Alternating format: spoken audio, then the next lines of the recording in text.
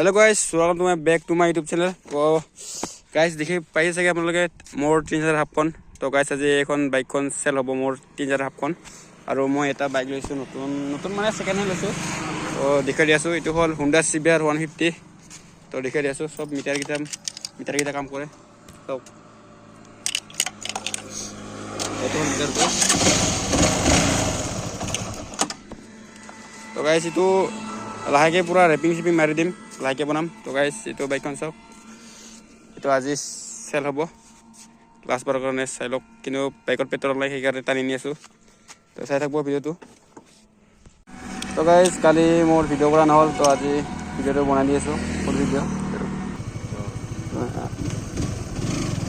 তো কিমান স্পীডতে চাও গাইস।